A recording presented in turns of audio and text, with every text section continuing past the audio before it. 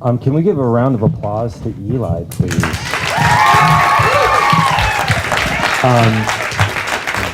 Good evening, everybody.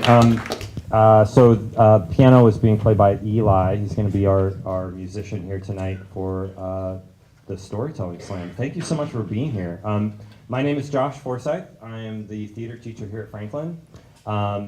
This is Franklin High School Story Slam. Welcome. Thank you for being here. This crowd is awesome. This is, I'm super excited. I mean, it's like at least quadruple what we had last year, which is awesome. So whatever we're doing is working, and so thank you for being here. There are seats right here. There's seats right down in front. We've got some stories to hear tonight. For those that are new, how many people are new to a Story Slam? This is your first Story Slam. Oh, awesome. Wow, that's super cool. So a bunch of newbies in the house. So we're here to listen to stories. It is also a competition. So we're going to be hearing 8 contestants tonight, and they are going to be judged on their story. And at the end of the night, we are going to announce a winner of tonight's event. In order to do that, we're going to be hearing the stories of the contestants, and we're going to have some judges who are over to my right. I'm going to introduce them here in a second. That they're going to be listening and scoring the contestants on some categories. But before we get to the rubric about how they're going to be scoring, I'm going to introduce the judges. So with us tonight to help us judge the storytellers, we're going to start off with Daisy Jimenez Antonio. Yes. Who is with us from the Step Up program. Welcome, Daisy. Next up is Todd Kelly, who is a writer and journalist here in the Portland area. Also produces the 7 Deadly Sins storytelling event. Pants on Fire, is that? Yeah. Just making sure that, yep. Which is a local storytelling event that happens here in Portland. Yes. Welcome, Todd. Thank you for being here. Next up is David Stroop, who is teaches AP Physics here at Franklin, and me and Sunny just recently learned that he is also an author, a writer, among other things. So thank you for being here, David. Next up is Dave Williams, who is the regional producer of The Moth here in Portland. And I didn't mention Moth ahead of time, but Moth is an organization that I think gets credit for this style of storytelling. I'm not sure if that's 100% true, if Moth is the originator or... It's kind of grown out of that. Yeah, so Moth is an organization that does storytelling. They hold events throughout the city throughout the year. And you may have heard the Moth Radio Hour. It's on NPR. It's a fantastic show if you ever get a chance. But you may not know that there are local events that happen in the city every month, I think. It's every month, every week. First Monday of every month and the third Tuesday of every month. So first Monday of every month, third Tuesday of every month? Correct. In the city. So if this is something that you, as you're watching tonight, in your mind think, I could do that, because you could. Every single person in here is a storyteller. Give it a shot. It's actually a really fun time. So Moth.org. Moth.org? Themoth.org. Check it out. And the dates for some of the upcoming events are on the back. Right. So yeah, if you look on the back of your program, there are some upcoming events that are happening in the next couple weeks, so you can check that out. And then last but not least, we have Cookie, who comes to us from, yes, please. Who comes to us from the Sun program, and is also a storyteller and organizer of a Moth events at the Holocene, which is it's a bar/event place. Something like that. Yeah, it's in Southeast Portland, or Southeast Portland, I think it's in Southeast Portland, yeah. So welcome, Cookie, thank you for being here. Let's give one more round of applause to our judges for being here tonight. They have an extremely difficult job ahead of them. We've got 8 fantastic storytellers for us tonight. In order for them to make decisions, how are they making the decisions based off of their score? They're going to be scoring everybody based off of the following criteria. The first one is their voice. So the use of their voice, clarity of their voice, how they're using their voice with the microphone, how well we can hear them. So that's one area that they're looking at. The second is their hook, the thing that brings you into the story, the thing that makes it compelling, makes you lean forward, makes you interested. So things that make you interested. The third thing is audience contact or audience engagement, how well it's connecting with the audience in terms of the story. The fourth thing is the story structure itself, so the beginning, middle, and end. In other words, the plot of the story. And then last but not least is the theme. And the theme for tonight is endings. This is the theme that's being used for all of the storytelling events that are going to be happening in Portland Public Schools. We're all using the same theme, which is endings. And then last but not least, in terms of how the scores are considered, there is a 5-minute time limit to each storyteller. So they're going to have 5 minutes to tell a story. And when they get to 5 minutes, if they are at 5 minutes and they're still telling their story, Eli is going to give us a little jingle to let us know that they're at 5 minutes. And then after 5 minutes, they have a 1-minute grace period. They have 1 minute to finish up their story until they get to 6 minutes. And then at 6 minutes, Eli's going to play a little bit more, I don't want to say aggressive, but something that's a little bit more like you're over time. Yeah. So that's going to indicate that they've gone over time, and at that point, it does result in a deduction of points in terms of the total score. So the idea behind it is to keep it within the 5-minute time limit to allow for every storyteller to have more or less equal time in the storytelling event. So that's why the 5-minute thing is there. Keeping time for us tonight, and also the producer, or I would say one of the producers, but really the producer of tonight's show. I help out, but it's really all about Sunny. Sunny Childs helped produce this tonight. So Sunny's going to be a timekeeper, and that time starts as soon as the storyteller starts talking. That time will start for them, and then at a certain point, at 5 minutes, she will signal Eli to give the little doodle-doo, and then at 6 minutes, again, that will happen. In terms of the storytellers themselves, to pick them, I'm going to randomly pick people out of this kind of holiday themed boat.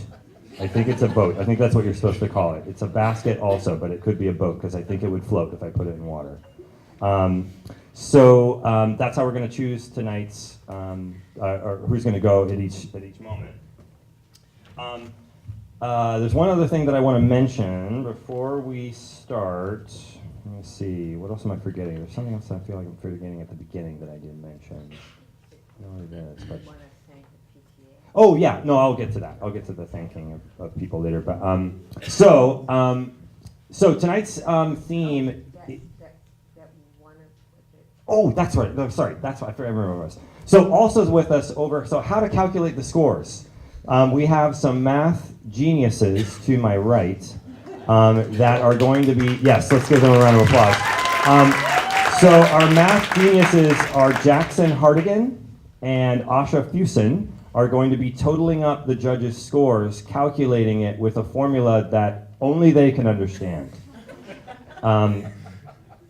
They will be doing some, you'll see them with their pencils and they have it looks like a pretty powerful calculator. The water is actually for them. If you're familiar with computers, they get really hot. Their brain power is very, very strong, and it's going to potentially cause them to get dehydrated, so they will be using the water. If you need some, there is a water fountain outside. This is for them. And for the judges, if you guys need it, you can have it too. Okay, so for tonight's event, I want to start us off with just a short little story. This is my ending story. So I'm 45. I'm 45 years old, and about 10 years ago, I made a discovery about the true meaning of something that I thought meant something that it didn't. We hear phrases all the time, we hear things all the time, sayings all the time that we think mean something until somebody clues you in and tells you what it really means. So we've all heard the expression, that doesn't make ends meet, right? That doesn't make ends meet, right? So I heard that many times in my life, and I was like, yeah, it doesn't. It clearly doesn't, right? That clearly doesn't make ends meet. And many times I've heard this. So about 10 years ago, I was with some friends. It was summertime, and if you're not familiar with the teaching gig, we don't have to work during the summers. It's pretty awesome. And I was going to a barbecue. A friend of mine was having a barbecue, and I decided, let's go to this butcher shop called Gardner's. And if you've never been to Gardner's, it's a pretty awesome butcher shop here in town. Really old local butcher shop. And we were going there to get their short ribs, which are really delicious. And I thought, this is the perfect time. This is when I can discover what ends meat is. I can ask the butcher, what it is, like what that means. So, because I'd always wanted to know. So I have my number and I'm waiting for the person, and they, I get my thing and I order a thing. It's like, by the way, what is ends meat? How do you make it? You guys must know. And the butcher guy, Mr. Gardner, just looks at me like, what? What are you talking about? Ends meat. Things that doesn't make ends meet. I, my whole life, thought that it was a type of meat. And then no, he grabbed two ends of a thing and like, no, it's this. They don't meet. Oh. So that's my sort of ends. It's really bad. Sorry. All right. So let's get started. We'll find out who our first storyteller is. Here we go. Wow, that was magic. It just fell out of the basket there. All right. First up is Troodon.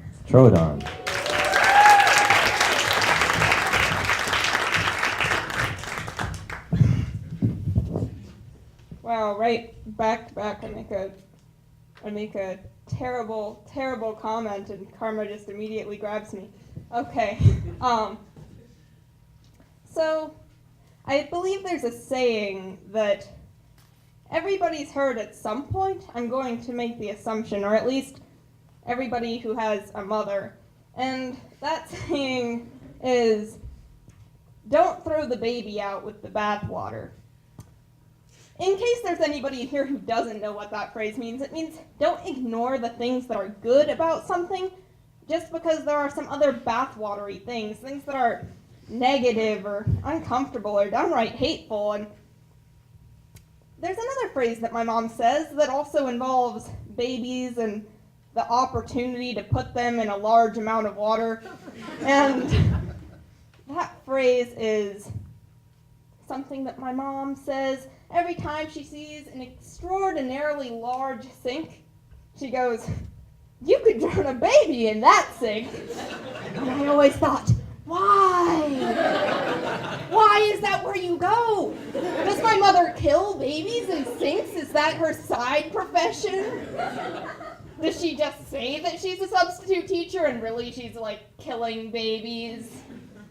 But that's not what my mother actually does. Don't call the police about that. Anyway, I was a cynical 5th grader hearing that phrase, and I was a cynical 7th grader hearing that phrase. And I was cynical in 5th and 7th grade because I was taking a class that everybody's required to take called U.S. History. And that class made me cynical in a lasting way. So after 8th grade, the summer before I went into 9th grade, I was still very cynical about the U.S. government when my parents announced to us, "Oh, kids, we're going to Washington, D.C." And I thought, great. And so we get on the plane and we get to Washington, D.C. And the first night we go to the Lincoln Memorial and we see the sunrise and the sunset, actually. I messed up. And it was beautiful. The sun doesn't rise like that. You can't see it from the Lincoln Memorial. It's not facing that way. And I was looking at the Lincoln Memorial and I was thinking, Lincoln would have sided with the South if it meant keeping the Union together. Great. And we went to Monticello. And I think that if you know anything about Thomas Jefferson and the way he treated the other people who worked at Monticello, then you know why I thought, great. And we went to all of these war memorials, and we went to all of these buildings full of documents saying things that sound good and actually aren't if you know the history of them, and I thought, great. So I was prepared to say that again when my parents took us to our last place in D.C. Not really the last, but the last that I remember because it was the last that impacted me in any way. And when we first got into this building, I was cynical about it because it had the name Congress attached to it. And also because my first impressions of it were not good. You walked down this very long and very, very boring hallway, and you took a right, and you went into this very, very boring cafeteria. They didn't even have good food. Like, it was pitiful. And you went up this elevator that was really small and really gross and smelled like the bad things that they sold in the cafeteria, you know, like a gas station sushi, only worse because it was on the East Coast. So we got into this lobby, and there was this lady behind the desk, and she was talking and talking and talking to people, and she wasn't talking in English, so I couldn't understand what she was saying, and I was just very bored. And we waited there for about 10 minutes until she finally was like, oh, yeah, you guys can go in. So we walked in, and they opened the door. I don't know if you guys have had dreams where... I mean, I'm sure you've had dreams, everybody has them, but if you've ever had a dream where there's like a Roman arena, and there's a forest, and like people in togas thinking things that are really cool, but you don't know what they are because you're not as smart as they are, so you can't really comprehend it, and you're just like, wow, would be cool if I were that smart. And then there are these like unicorns in the background and all of these stars. And the unicorns are always the same color as the stars, and you wonder, why are the unicorns there? And they're put in for effect to make the stars pop out. I don't think that the artists think that the unicorns actually exist, but they're put there to make things pop out. And I think that that's how I felt standing inside of there, because the Library of Congress reminded me of a lot of the stars that I had been failing to notice, that people can access art whenever they want and learn about things whenever they want, and that despite a lot of things that made me say, great, there are a lot of things that really are great to be said about DC and what it represents. So when we were in the hotel going home and my mom was looking at the unusually large sink in our hotel bathroom and she said, you could drown a baby in that sink, I thought, yeah, but you can't throw the baby out with the bathwater because there are some bathwatery things going on right now and I'm feeling really great about those things, but you can't throw out the baby either, and I think that's helpful.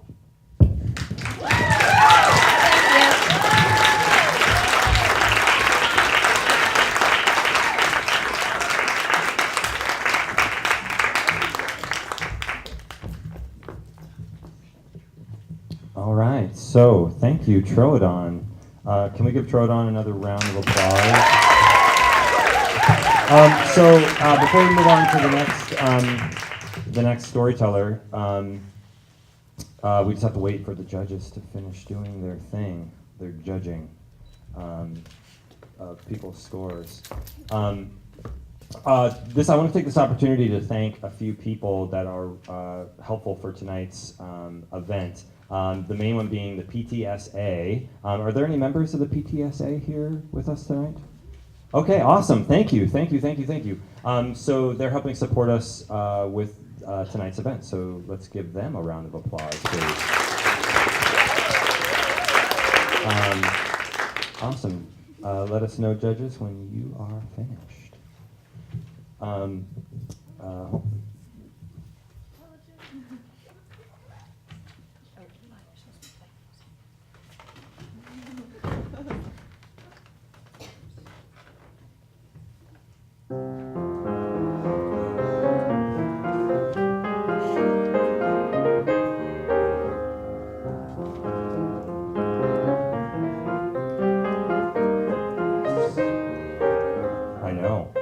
I know, the suspense. It's not an easy job, the judging.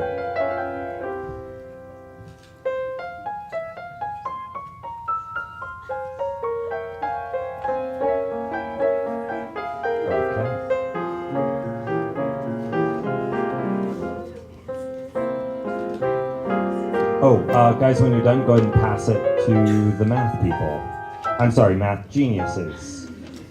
Geniuses. All right.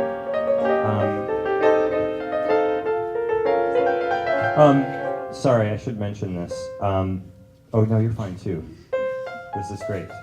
I sort of feel like I'm actually just filling time right now as far as talking into this microphone, but I really enjoy, there's some part of me that sort of wants to try to create a song out of what he's playing, but oh, yeah, he just finished right there, so I was like, all right, I think we're ready for the next storyteller. There is a possibility I might sing to what Eli's playing. I don't know, that might happen.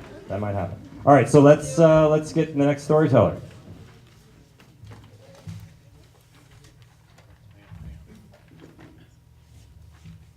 Jonas Boone, come on down.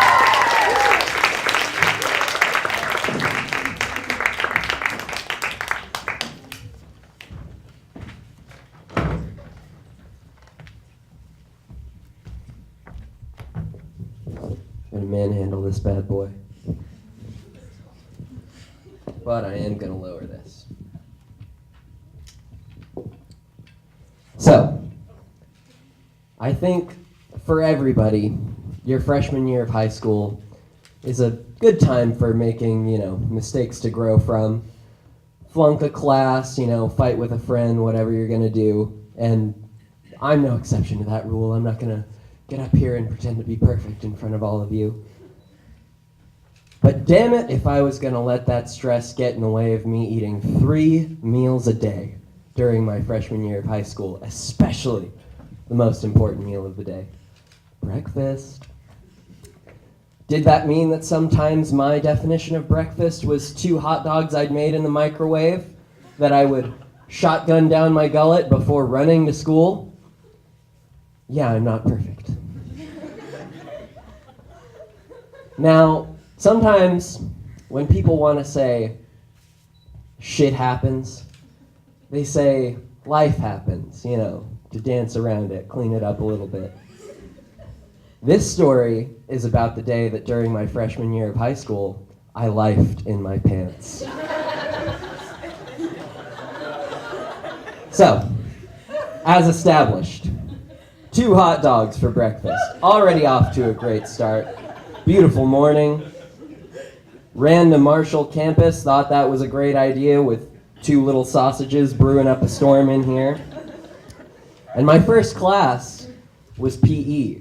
A great thing to have first period, but especially with these extenuating circumstances.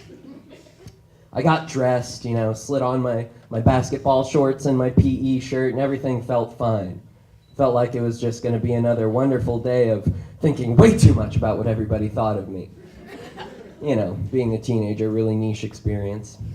And I did all my stretches, did half the amount of push-ups that I was supposed to, and I felt like everything was going to be all right.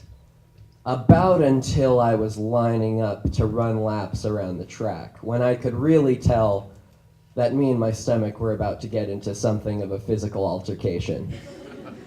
It's like that empty feeling that you can get either when you're about to die or when like your soul is about to die because you're about to create just an absurdly inappropriate amount of waste from your body. And so I was lining up on the track, getting ready to run my laps, and I thought, okay, maybe I need to go to the bathroom, but like, I can tough it out. So I start running around the track and I realize I cannot tough it out.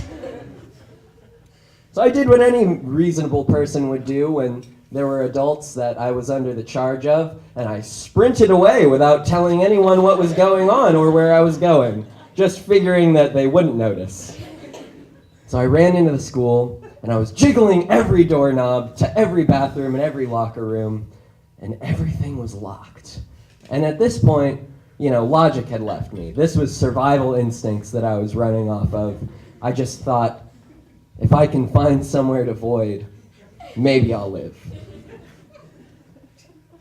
And then I ran from the gym out into the Marshall courtyard, and I was desperate, I was going to go anywhere that would accept me. And I made it about halfway through the courtyard, and then the moment hit when the dam broke. And it felt like I'd been shot by like an unseen assailant, a sniper on the rooftop. And it was like time stood still while the volume of my basketball shorts was being entirely filled with fecal matter. And I thought, this is truly the day that I die. I've spent so much time in this one semester of high school thinking about what people think about me, and now everyone is going to see me from the windows in this circular school and laugh. But I had to summon myself together because I wasn't just going to, go catatonic on the ground and become poop boy. So I ascended the stairs, sort of clutching the last bit of dignity that I was holding on to, and I walked into the office, and I really would like to be in the shoes of the people working in the office that day, seeing this poor boy who looks like a ghost walking in, basically pigeon-toed because of what's going on back here, and shouting at them, "Nurse, please!" So they, sort of pointed off to whatever direction the nurse was in, and I hurried down, trying not to drop anything. And I didn't bother to knock, even though there was a student in there with the nurse. I just charged in and said, "I have to use the bathroom, please, okay, bye." So I went in there, and my first thought was, I'll call my dad. He'll support me through this. He'll take care of me. And what my dad said when I called him was something to the tune of, "So thanks, Dad." Real moment of vulnerability when I thought I could turn to you, but love your family forever. But, I took the power into my own hands. I looked myself in the mirror and I said, "Jonas, this may be the end of your life with dignity, but this is the beginning of something great in you. This is the beginning of a self-sufficient survivor." And so I washed off my shorts, washed off my shoes, got rid of those underwear forever, and I fought off the nurse a few times as she was trying to ascertain what was up with me. And I emerged from that bathroom victorious, knowing that forever I would be changed by my own feces. Thank you.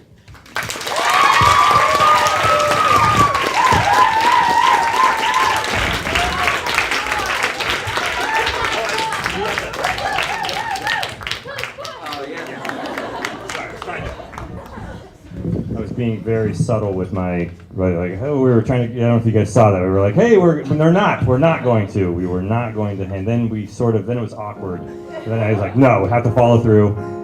Came back for the high five, thanks, Jonas. So judges are going to be calculating scores. Something that I want to mention is just the thing that's going to be happening, not for a week, or actually, sorry, let me mention this, it's happening next week. because there's some parents. Monday and Tuesday are parent-teacher conferences, starting at I think 8 o'clock, and then they go to 11:30, and then there's a break, and then they go in the afternoon, and then into the evening. So that's Monday and Tuesday. Also, I want to mention that the following week we're having auditions for the musical. You can only audition if you're a student, so if there are parents out there that are thinking, maybe I want to audition. What about teachers? Teachers also, unfortunately, it's not, I know, there's a lot of talent, but teachers are not allowed to audition either. But students are going to be auditioning for the musical Bye Bye Birdie, which we are starting on the 26th and 27th, which will open in March. Yeah. March 8th, 9th, 10th. So be looking for that. Trying to think, there's other events that are happening in the next week or so. I believe it's December 13th. I'm just kind of, I'm like filling time with the microphone. Tell us a joke. I only know one joke. This is my. Are you guys good? I'll tell you the joke after. All right, let's get our next storyteller.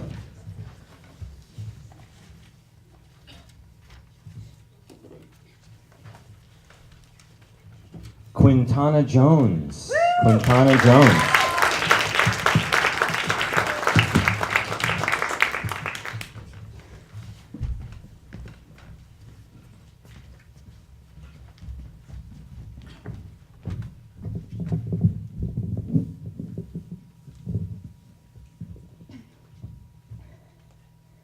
When I was in 6th grade, I left my home in small town Henniker, New Hampshire for the first time, and I came to Portland for the first time.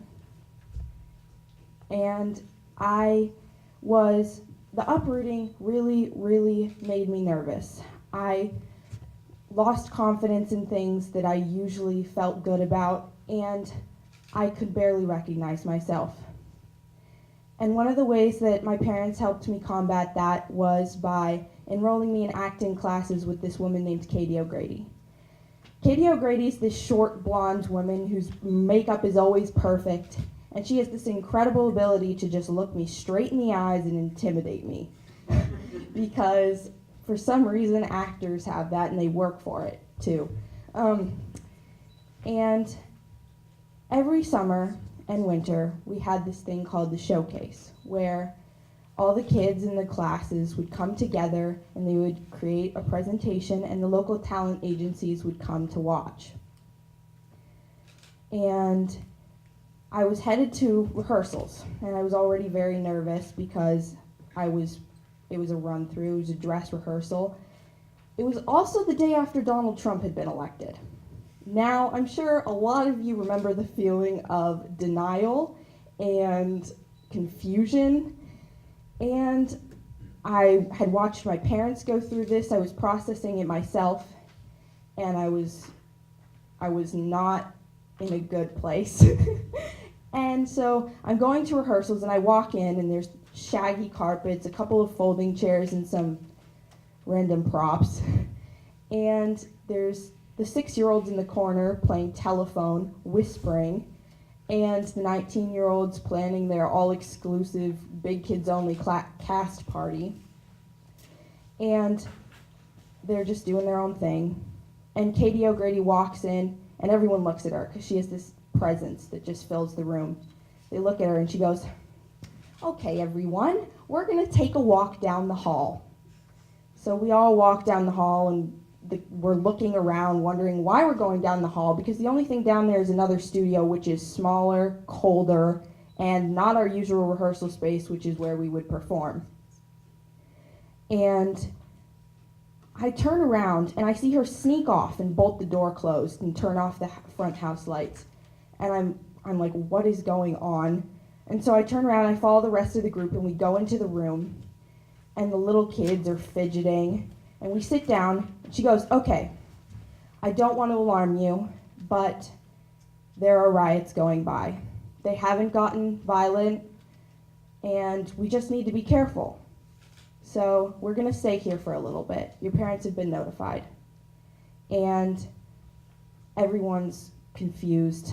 I'm thinking about everything I've seen on TV about riots, the fire, the commotion, and I'm thinking about the fact that I already feel this deep sinking feeling. And I'm sitting on the rug looking around, and she goes, "Lay on your backs." And I'm way too confused at this point to question her, so I lay on my back. And I close my eyes, and we all close our eyes, and she says, "Picture yourself underground. You're covered in dirt, and you're reaching up. Your roots sinking deeper. You're reaching up, you're a tree. The sun is shining down on you. Birds are chirping." And I open my eyes for a second, and I look around the room, and I see these 6-year-olds laying on their backs, completely silent with their eyes closed. The 19-year-olds next to them, not on their phones. And they all are together. And I am okay. And in that moment, I realized that the calm was a much more effective way of ending the chaos that I felt out inside of me, the chaos in the media and on the streets. And instead of screaming or using voices in a loud way, we came together and we sat in silence, and it was a beautiful moment together. Thank you.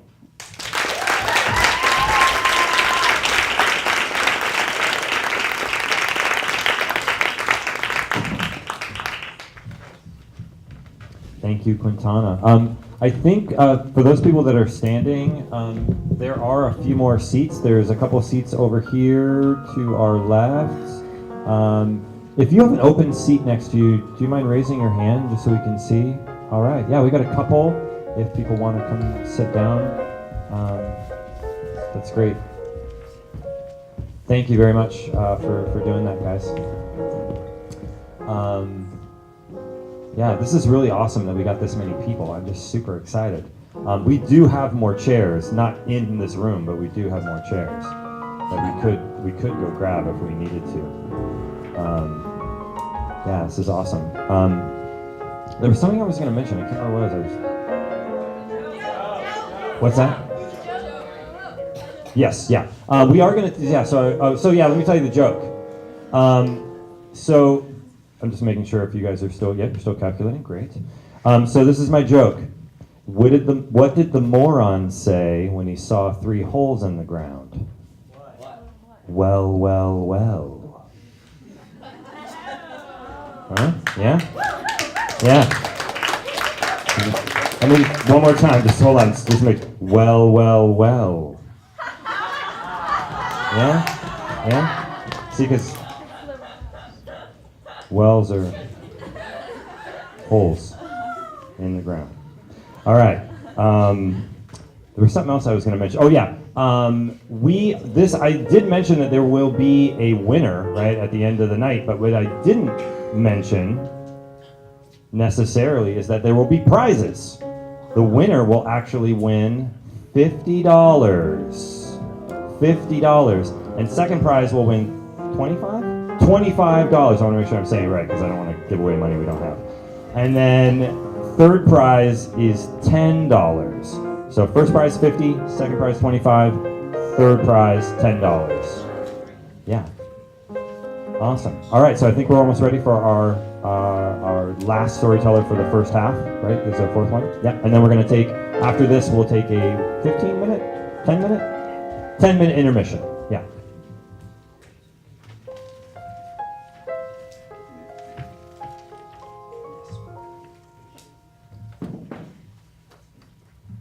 Daniel Kashtan. Come on, Daniel Kashtan.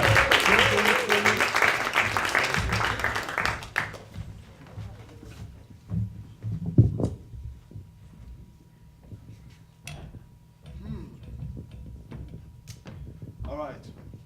Everyone tells stories, and sometimes the stories we tell each other get us into trouble. I moved to the United States 6 years ago, and the year after I moved, I was in 5th grade. I could barely talk English, and I did not have many friends. Though I had one, though, James, a friendless outsider like I was. I used to tell James stories about how I moved to the United States. He got excited by those stories every time. He liked hearing me talk about them, and I liked telling them to him. However, by the end of 5th grade, they got kind of repetitive and boring. However, James kept asking for more and more. So I started adding stuff to those stories that never actually happened. For example, I did not realize the impact I was doing when I told James that my family was involved with a mafia, that we stole money, that we killed people. That's what I told him. That's the stuff that never happened, but he believed me. At the end of 5th grade, 2 weeks before I was out of Kelly Elementary, my homeroom teacher thought it was a good idea to assign me into a group with James. What did James do? Asked for more stories. I refused, trying to do my work, but he insisted. I got annoyed, so I told him, yes, my family murdered somebody, we moved here because of that, and if you come to school next week, I'm going to blow it up. James fell silent. I finished our work, I turned it into the teacher, and everything just completely flew out of my head. I didn't remember what I did, what I said. It was the weekend. I thought that everything was fine. It was just another weekend, right? On Monday, James did not come to school. I was worried. Why didn't James come to school? At the end of the day, it turned out that James was terrified by what I told him. He was terrified of me. So after school, he came with his mom and talked to my homeroom teacher about what I told him. The homeroom teacher called to me, and we talked after school. Me, my homeroom teacher, James, and his parents. Now, his parents looked at me and they said, you know, you're a good kid, you didn't mean it, you're just joking around, we're gonna let this go. So James was out of the question. However, my homeroom teacher went to the counselor, and the counselor went to the principal, and the principal went to the police department. I got the news and I was terrified. My dad was called to the school. He picked me up and we went home. I told him if I was going to get into trouble. He did not reply. We got home, he told my mom about what happened, and my mom was in a hysteric. She cried, she tore the hair on her head, and she told me that that's it, we're going back, they're about to send us back. However, the policeman came. We dressed up nicely. I was still dressed in my school clothes. And we sat down to talk to him.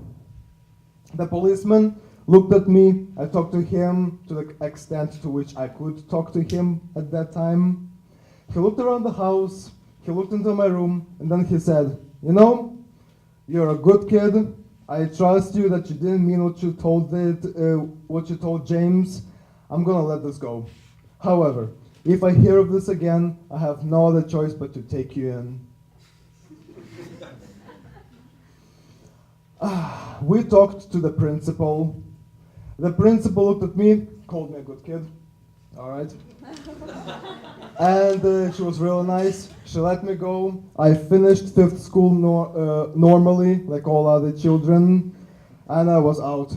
I was out of Kelly Elementary. So I just now realized the impact of what I did when I lied to James about everything that happened. To this day, my mom still tells me how lucky we got, and that it was the day that she got her first gray hair. Thank you.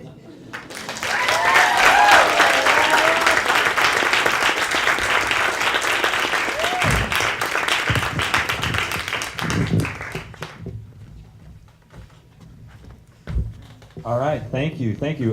We are going to take a 10-minute intermission. 10-minute intermission, everybody. Oh, yeah, and guys, we do have snacks out by the concession window. If you exit out through the door and to your right, you'll see concessions out there. Cookies and carrots and juice and other snacks. Okay, so before we continue, we're going to have Sunny come back in because Sunny's our official timekeeper, I believe. Yeah, thank you for the clap there. I don't know if you were clapping for me, but I appreciate it. Yeah, yes, I will. I'll just take it. I'll take it. Yeah, I'll take it. All right, so we've got 4 more storytellers, and so let's get the second half started. Here we go.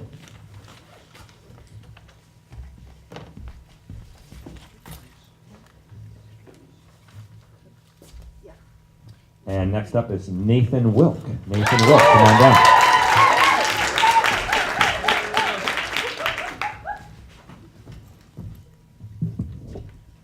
Shoutouts to Zola and Julian.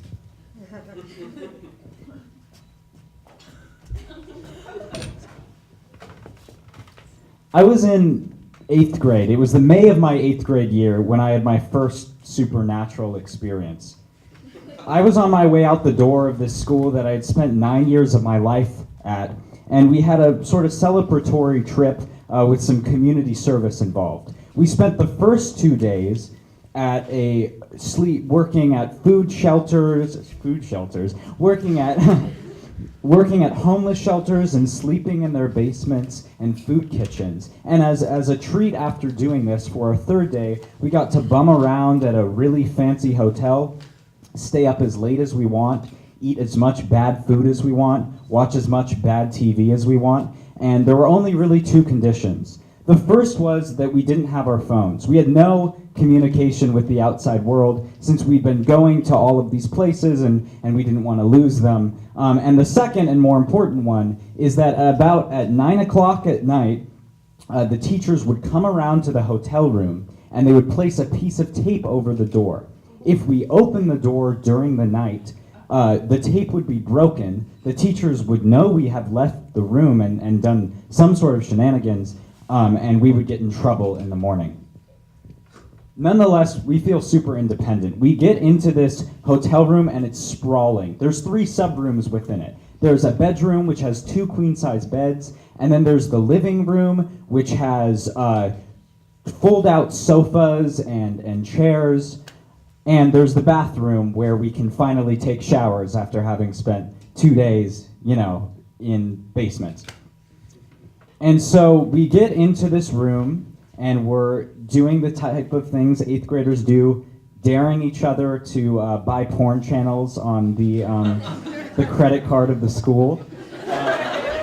And taking these showers. While we're taking these showers, we're banging on the doors. We're shoving notes under the door for those who are showering. And I was a big fan of taking Pringles and crushing them and putting them under the door. So I'm doing that at one point, and the door opens, the door swings open, and I look up, and maybe the tallest kid in our class, he's standing there with just a towel around his waist, and I'm like, I'm gonna die right now.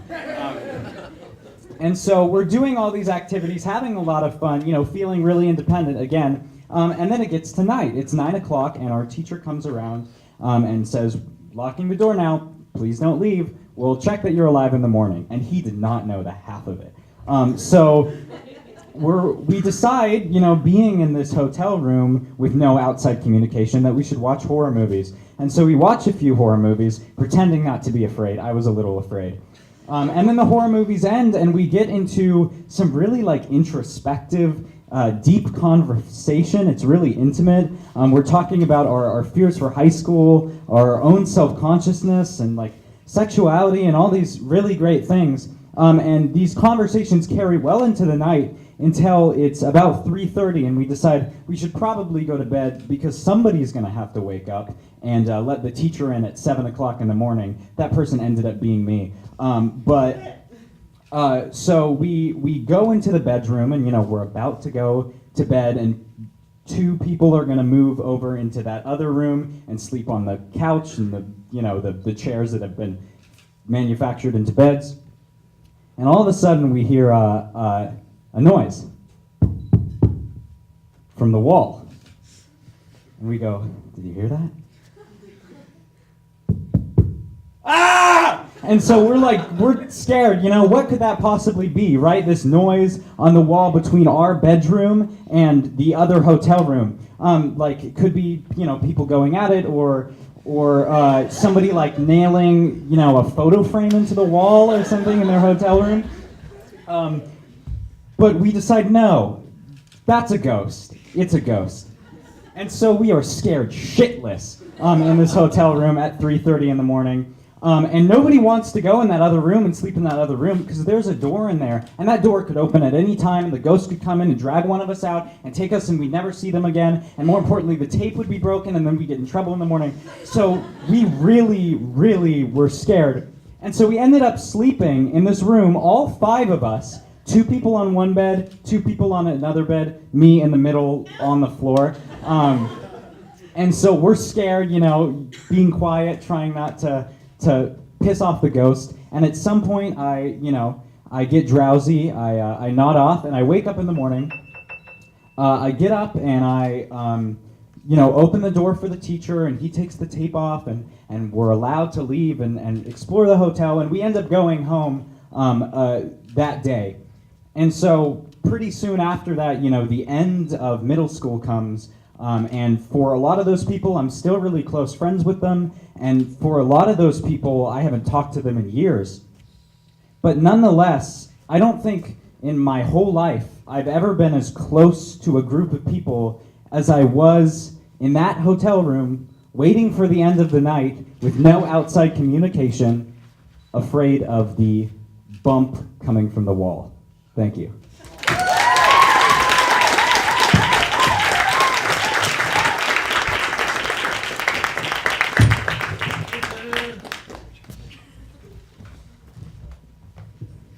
All right. Great job, Nathan. Thank you. One of the things that I didn't mention at the start that I want to make sure that I give a thank you to all the people that were responsible for making this theater. This is our second year here at the new Franklin building. So I would like to take just a moment and thank all the people that helped build this place. If we can give them a round of applause. I don't know their names. It's a really fantastic space to be able to work in.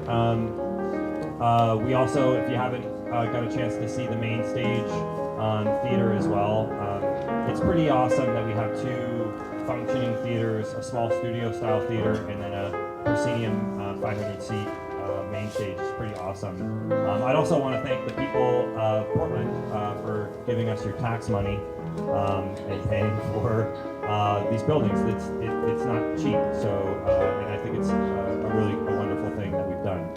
Oh, yes. Sorry, I don't have it in front of me. Oh yeah.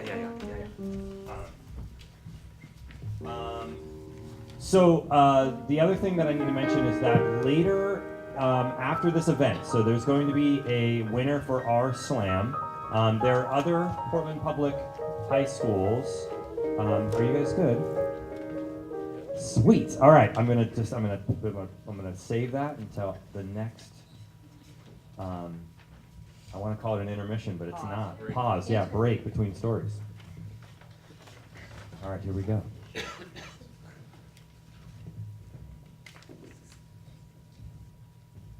Next up is Leilani Vandehay. Leilani Vandehay.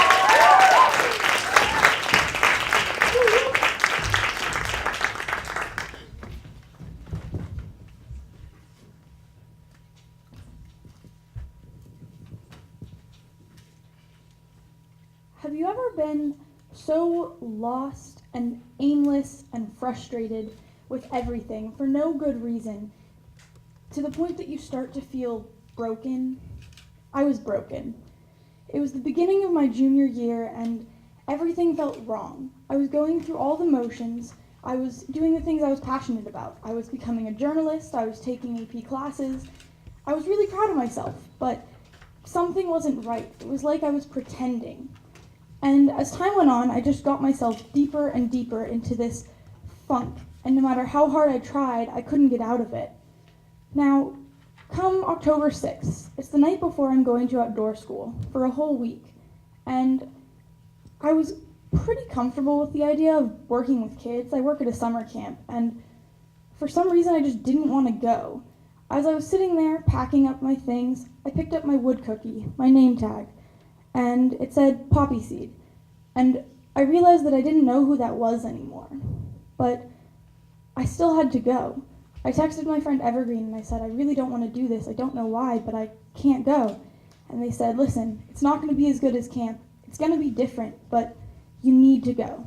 So I listened, and the next day I went to outdoor school. And as we were on the bus, we were driving, and I just got this sinking feeling that it wasn't going to be a good experience. But we got there, and we stepped down off the bus, and the craziest thing started happening. They sang to us. They were shouting and cheering and clapping, and just because we were there, they valued us. That was incredible. So I started to relax a little bit. But then all of these things came up about beads and how everyone was going to have a wood cookie, and I realized again I really just didn't want to be there. Then the kids came, and they were a lot. They were loud, they didn't want to listen sometimes, and they were really, really crazy, but I was starting to become myself again. And there was one kid, his name was Getty, and Getty and I would just joke around with each other all the time. I would give expectations to the cabin. I would say, okay, it's time to get ready. We're going to the next activity. And Getty would just say, no. And, I didn't know what to do. I'd never had a camper who didn't listen to me. So I decided to take a more comical approach. I would say, well, do you want to earn my bead? And Getty, with no hesitation, would just threaten to tell the whole cabin how old I am. And everyone thought we were really, really mean to each other and didn't really understand it. But even though he was a sixth grader, he was just my friend. Now the week went on, and we kept going at each other like this, and it was Thursday night, and the cabin was changing to get ready to go to campfire. And it was so cold and so dark, and I was waiting on the porch, and I knocked on the door, and I said, are you guys ready yet? It doesn't take this long to get dressed. And Getty opens the door, just a crack, just enough that I can see the little corner of his mouth as he grins and says, no, not yet. Now I'm getting really frustrated at this point, so I say, Getty, close the door then. And he goes, fine, and slams the door in my face. Only it doesn't slam. We hear this snap, and I look down at the ground, and sitting between us, split right in half, is Getty's wood cookie. His identity at outdoor school is broken in half on the ground between us. And it is the funniest thing that I have seen all week. And we just start laughing and laughing and laughing, and we can't stop. Finally, we calm down enough that we're able to breathe, and he turns to me and he says, how are we going to fix it? I don't know. I have no idea what to do, but I'm his counselor, so I have to do something. So the only thing I can think of is to pull a roll of poppy flower washi tape out of my bag, and I start wrapping it and wrapping and wrapping and wrapping, and I keep wrapping this tape around and around and around until it looks like it'll probably hold together. And I hand it back to him and I say, here you go. I tried my best. And he gets really, really quiet, which is something that Getty has never done before. And he stares at the wood cookie and he says, thank you. This was really loving. And I'm speechless. I don't know what to say. It's the most genuine thing he's ever said to me. Now, thinking back, that moment was really the moment I became myself again. The moment the name Poppy Seed started to have meaning to me again. And just as my friend Evergreen had sent me off to outdoor school to find the joy in my life again, I sent Getty back off into the world with a now fixed wood cookie. And I don't think he ever realized it, but he ended the brokenness inside of me and made me whole again. Thank you.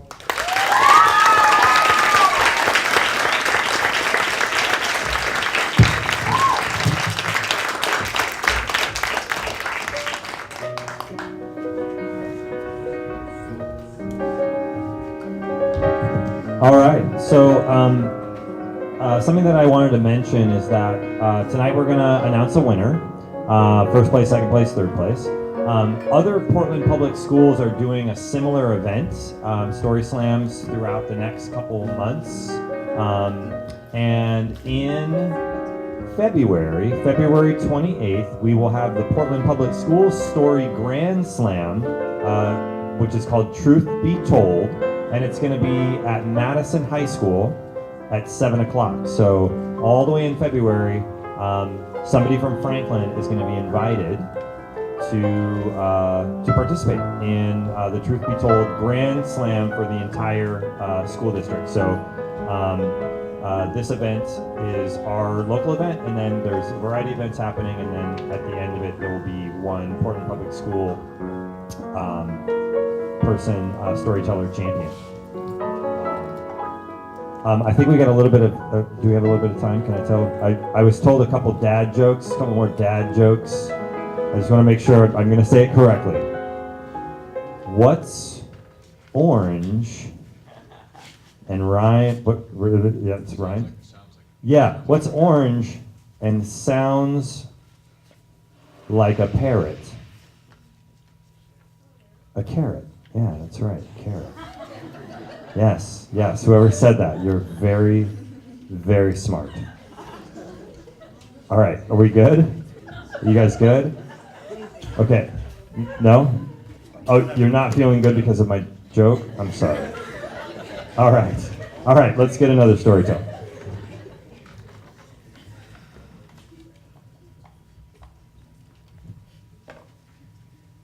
Lucinda Drake. Lucinda Drake.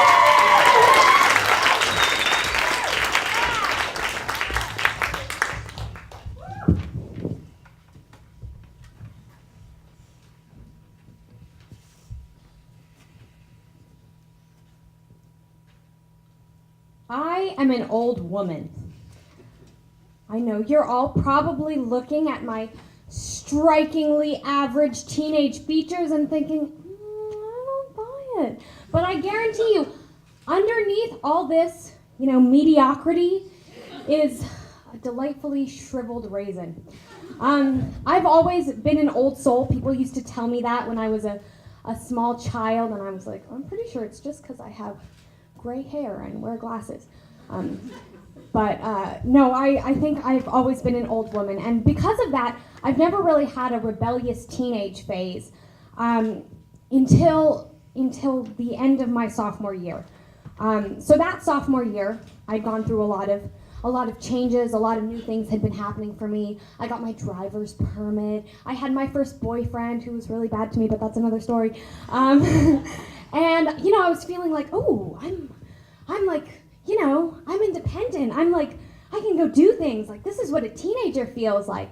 That was really exciting. And so at the end of this sophomore year, I went on a trip to Italy over the summer.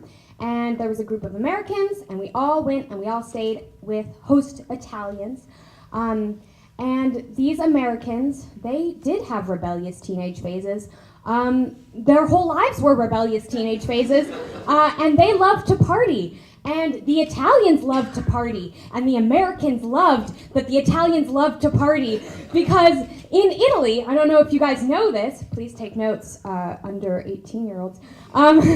If you're 18 in Italy, you can legally drink, and if you're under 18 in Italy, and you go to a bar, they will sell you alcohol. No joke.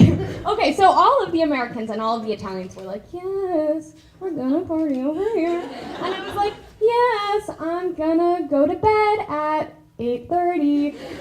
I've got a big morning, like, this is a lot for me. But every night they'd be like, Lucinda, you gotta come out. Italian party, like, we're gonna dance the night away. And I was like, no, guys, like, I've got an early morning, like, I gotta feed the pigeons or something. Like, I don't know what I was doing, some old person garbage. I've gotta, like, crochet a doily, like, I'm not sure. But every night they'd be like, Lucinda, you gotta come. And I'd be like, it's okay, maybe tomorrow. So the trip was nearing an end. This was a 2-week-long trip, and we saw all these beautiful sights, and, they drank all these obscure Italian alcohols. But at the end of the trip, they were like, it's the last night. It's the last night. And I don't know. I was kind of feeling teenager-y again. I was like, okay, I don't know, maybe I can do this. And they were like, Lucinda, it's the last night. It's the last night. You're in Italy, and it's the last night. You gotta come out and party with us. And I was like, well, okay, all right, I'll come. And I don't drink or anything, but I'll come along for the ride. And they were like, Lucinda, you gotta drink. You would be so hilarious drunk. And I was like, guys, I know, but I'm hilarious sober. And I'm gonna be even more hilarious when you're drunk. So I'll come along for the ride. I'll be funny. You'll be drunk. It'll work out.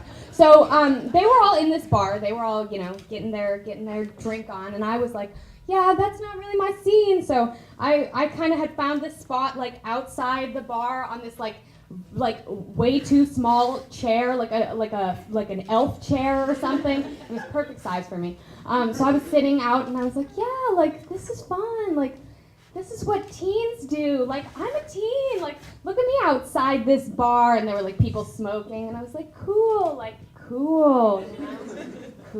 Like I this is fun. And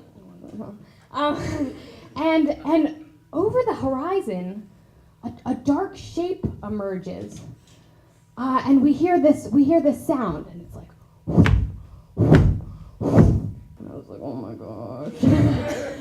And as he steps into the light, we see a very large, very ill, very drunk, very Italian man staggering over and coughing profusely. And he's coming towards us. And we were all sitting, like I was sitting, and the smokers were over here, smoking. And we were all like, what is going on? And we're like, is this man going to come over and bother us? I'm like, no, what? But oh, does he? And he's coming over. And we're all just kind of watching, like seeing what he's gonna do. We're like, what's gonna happen? And at this moment, he gets closer and he gets to a certain distance where I realize, oh, I think this man is gonna come over and like maybe like vomit on me. Like I'm not sure, but he's very close. And he comes and he starts turning towards me. And at this moment, all of this is happening in slow motion in my head. I like realize this is happening and like start to stand up to like turn and like run away. And he's just like turning with my body and still like, please remember, he is very ill and he's just coughing like, and as I'm running, I like see in slow motion a drop of spit fly from his mouth and land on my lip. And I was freaking out. I was like, ah! And I hear someone yell, run! And so all of us are running. We're like running down the street and I'm like, I have herpes from an Italian man probably. And we're all running and someone yells, he's chasing us! He wasn't. He was very sick and Italian and, he was just confused.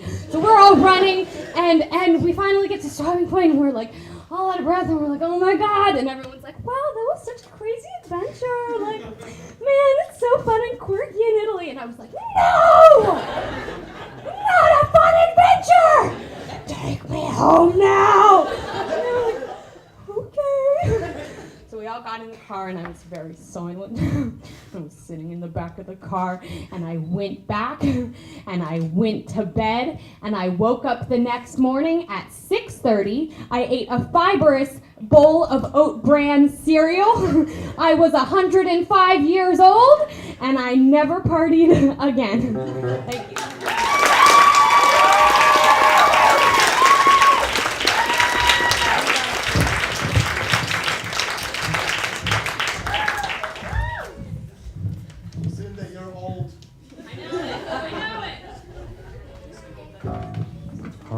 All right, great job. One of the things that I wanted to mention, I don't know if you guys, I'm actually going to grab it real quick because I left it over here. Hold on a second.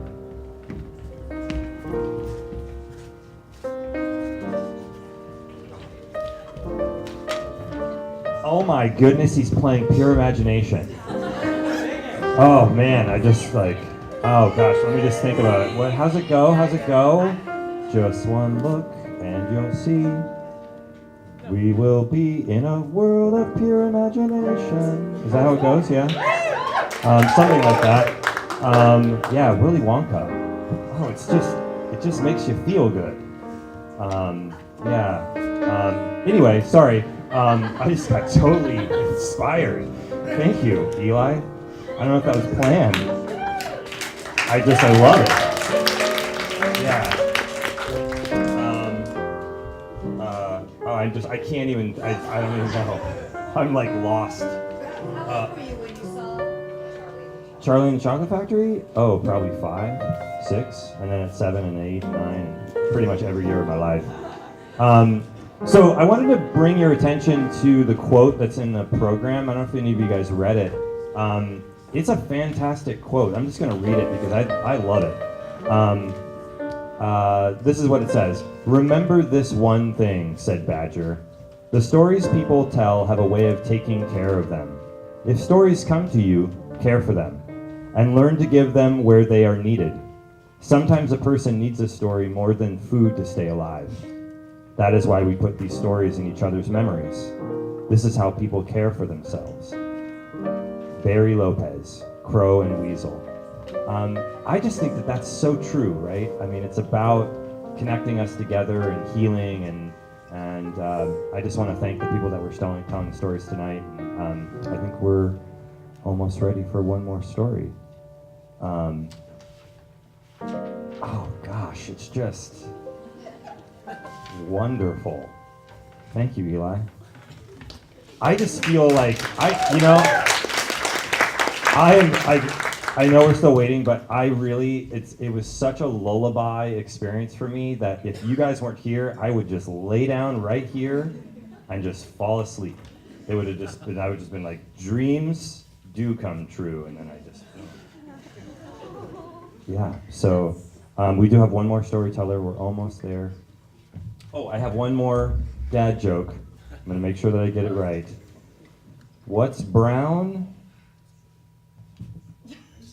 and sticky? Yes, you are right. A stick, yes. You guys are just the smartest audience. It's awesome. All right, so here we go. One last storyteller. Here we go. I still have to pull it from the boat because Sage James. Sage James.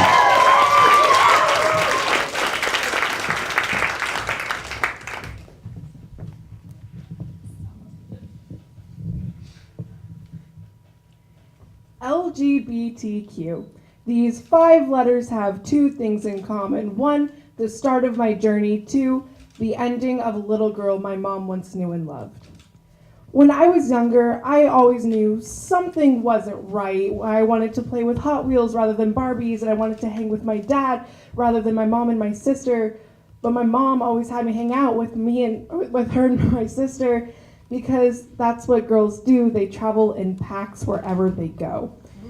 And I was like, okay, I'm not going to question this, because when you're 2 years old, you don't question what your mom says, you just do it.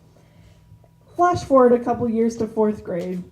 I was probably the most feminine girl you have ever met. There was this one dress I would always wear. It was pink and had butterflies and this like half cardigan type thing. I don't know how to describe it, but that's like all I wore. Come 5th grade, and I think I finally start to figure out what's wrong or what's different. I look at this girl and I think, she's really cute. I'm gay. And then I'm like, shit, guess I'm a lesbian now. And that feels right. Come around middle to the end of 6th grade. And I was like, okay, this isn't really going good, but something's off, but I'm just gonna keep rolling with it. I already found myself, not gonna question it, because you know how everyone knows who they are in 6th grade. Come towards the end of 7th grade, and at this point, I'm like, yeah, no, I'm a boy. That's what's wrong. I finally figured out who it was thanks to this one YouTuber, Jazz Jennings. If you don't know who she is this transgender youth activist, and I researched her so much, and I was like, that's me. Transgender, gender nonconforming, non-binary, gender neutral, all of those words fit exactly how I feel. And I was finally able to discover who I was. And that's when I started wearing plaid blue button-down shirts with my hair tucked up into a red beanie, and that's about all I wore. And that and jeans. I didn't go to school with no pants on. That'd be a little weird.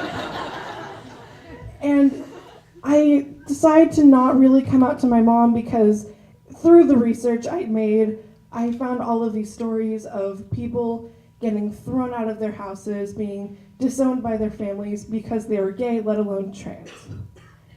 And I realized, I can't do that. Gotta keep it to myself, even though I'm wearing these more masculine clothes. So one day, my mom is driving me to volleyball practice. I finally decided I'm gonna do it. I wrote this really long letter basically saying, I'm a boy, I hope you still love me, I love you, please don't kick me out, kind of thing. And as I'm there, pulling it out of my bag, my mom turns to me and goes, you tend to do a lot of things for the shock factor. So I'm there holding my letter going, okay. And we just went on the rest of the day, and I was like, okay, I'm not gonna tell her. A couple weeks later, I'm like, okay, I'm gonna tell her.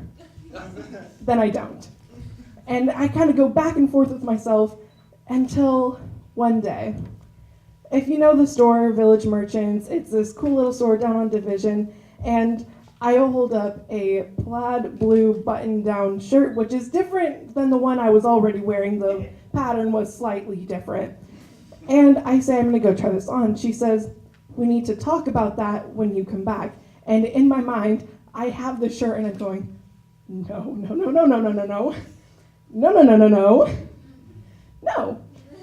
And the shirt didn't even fit, by the way, which I think is probably the most infuriating part.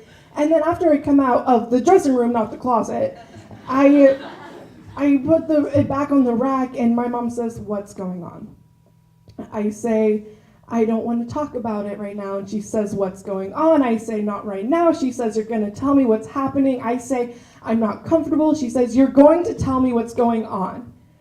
That's when I snap and I say the words, I'm not your little princess anymore, which was my biggest regret. After I say that, falls silence. I go into the car and I wait and there's silence. About a year after, there's silence. We exchanged the occasional, how are you? And I always said I'm fine when I never really was. But I couldn't talk to her about it.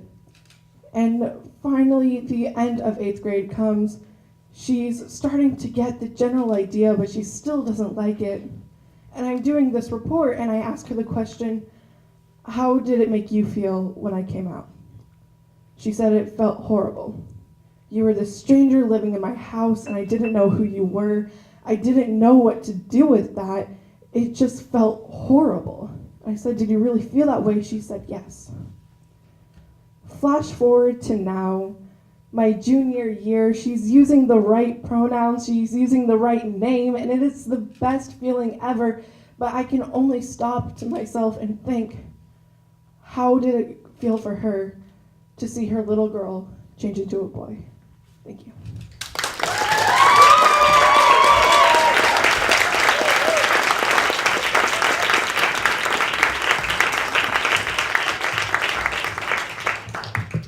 All right, so that was our final storyteller for the evening. We're going to be there. Oh yeah, well I can tell a story about it, but I just want to share I was just finding. If you guys remember you don't have to play it, but I believe it's something. If you want to view paradise, simply look around and do it. Want to change the world? There's nothing to it. Yeah? It's just great. It's just great.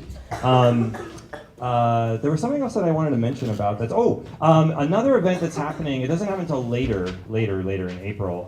But we have another event that happens here at the school that I want to invite people to come and see if you haven't came, which is the FHS Poetry Slam.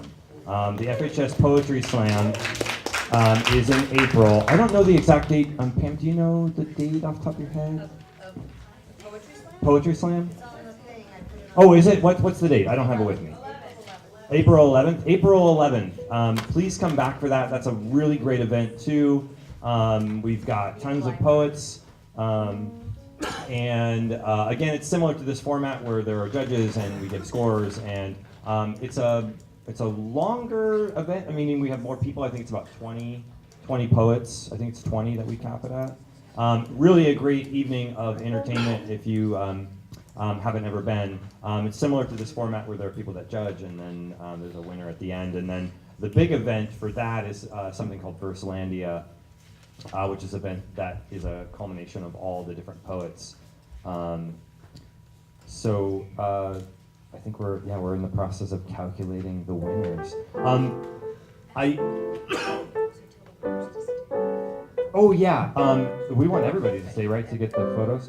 So at the end, I just want to ask all the storytellers to please stay, even after we announce, please stay, because we want to get a photo of everybody for our records. And again, I want to thank everybody for coming out tonight. It was really wonderful. Thank you. Thank you for just making it a really full audience. It was great. It's really great to have this many people in this space. I think we're getting pretty close to announcing tonight's first, second, and third place. One thing that I want to just mention, I think I've already said, if you at any point in the evening thought, I want to do that, you should totally do it. It's really, really a great experience. I'm wondering, there are like workshops. I know that there are people in town that do storytelling workshops in town. And it's definitely something that you can look up and participate in. So if it's something that you're thinking of doing at some point, please give it a shot. It's really a good time. Are you ready? I'm ready. All right, so we're going to hear.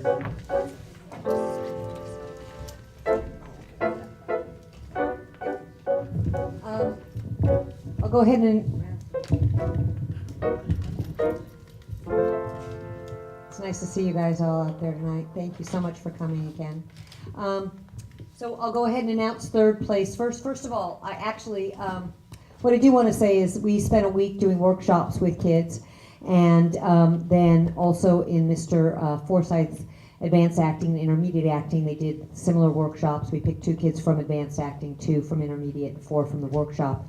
And I got to listen to the stories, and I got to watch the kids, and they were all amazing. So if you are someone who participated in any of that, thank you very much, and if you would give them all a hand, because it's...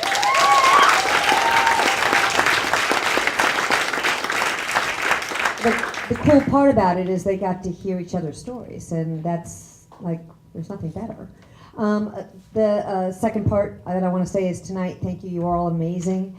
And what's going to happen is we've videotaped this, and we have our 3 winners, but the videotape's going to go to the producers of The Truth Be Told, and they'll be deciding which one will represent at Truth Be Told. So any one of our 8 contestants could end up at Truth Be Told. So thank you all. And now our third place winner is Leilani. Give her a hand.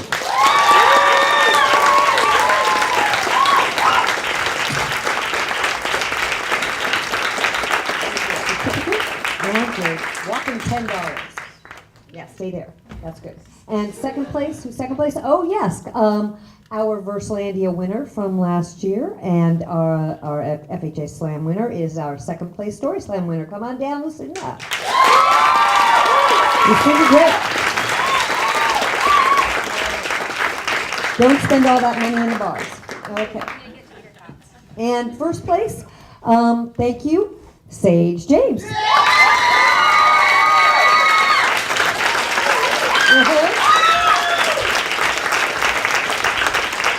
Congratulations.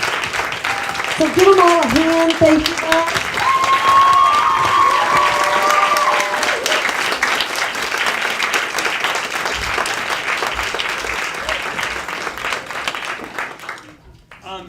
You're gonna You guys stay there.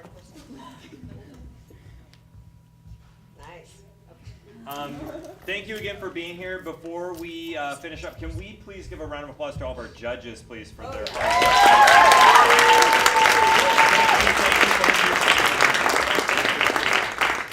work. And all the storytellers from tonight, come on up. Come on up. Thank you.